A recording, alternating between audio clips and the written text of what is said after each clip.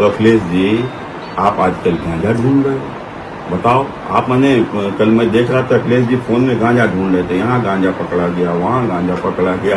अखिलेश जी गांजा पकड़ने से इतनी तकलीफ आपको आखिर क्यों हो रही है? तो कटाक्ष कर रहे थे आपके ऊपर। देखो लगता है अखिलेश जी के सपने में आजकल मैं ही आ रहा हूँ, और शायद यही कारण है उन्होंने वहीं मुझे प्रेस पान खाकर प्रेस करते हुए देखा होगा। तो मुझे तो ध्यान नहीं कि मैंने कभी पान खाकर प्रेस की हो। और दूसरी बात रही बात पान ना खाने की, तो अखिलेश जी मैं आपसे पहले ही कह चुका हूँ कि पान हमारी सनातन संस्कृति का प्रतीक है, हमारी पूजा में इस्तेमाल होता है। पान में पड़ने वाली सुपारी, पान में पड़ने वाला कत्था, ये सब ये पवित्र है। पान में तो हमारे कन्नौज के इत्र की कन्नौज का इत्र भी पड़ता है जो फूलों से बनता है, तो पान तो एक पवित्र आइटम है। और मुझे लगता है अब मेरी समझ में आ रहा है कि वो कहानी थी ना कि आपके पिता स्वर्गीय मुलायम सिंह यादव देश के प्रधानमंत्री बन सकते थे, लेकिन लालू प्रसाद यादव ने उनको बनने नहीं दिया।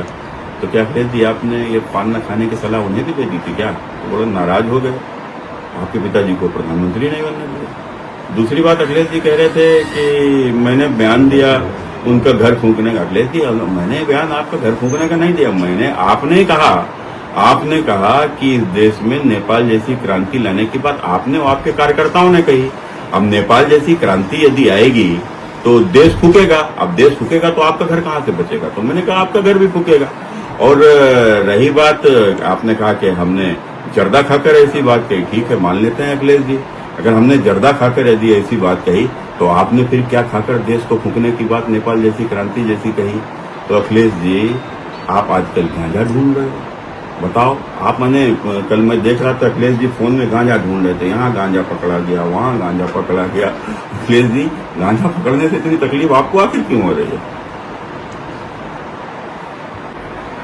और अखिलेश जी मेरी एक सलाह है कि आप इस प्रकार की धमकियां दिलाना बंद कर दो कि 2027 में सत्ता में आएंगे, ये कर देंगे, वो कर देंगे। आप सहित आपके तमाम फिटवैया समर्थक इस प्रकार की धमकियां देते घूम रहे हैं। तो मैं सिर्फ एक बात ही उनसे कहना चाहता हूं कि हम लोग सत्ता से लड़ने वाले लोग हैं, सत्ता से डरने वाले लोग नहीं हैं। और रही बात सत्ता पाकर, तो अखिलेश जी सत्ता पाकर तो इस देश में एक बार मलिक कफूर नाम का हिजड़ा भी देश का बादशाह हो गया था। इसलिए सत्ता से डराइए नहीं, ना हम लोग सत्ता से डरने वाले हैं।